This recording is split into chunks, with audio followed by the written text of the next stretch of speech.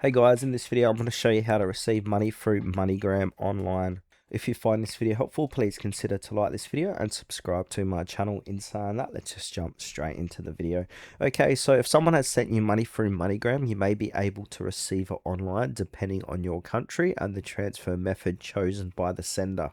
In many countries, you can receive the money directly into your bank account, mobile wallet, or through other digital options instead of visiting a physical location. Now, the best way to do this is to receive money to your bank account. So you want to ask the sender to choose bank account deposit when sending the money. So when they go ahead and click on send, so they want to go ahead and choose your country, then the send amount.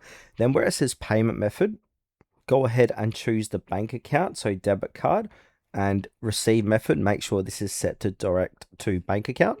So you want to go ahead and provide your correct full name. So this is matching your bank account number or IBAN if required, your bank name, and any additional banking detail requested in your country. And then basically wait for the transfer to be processed. You can check your bank account for the deposit. Processing times vary by destination and what region you live in.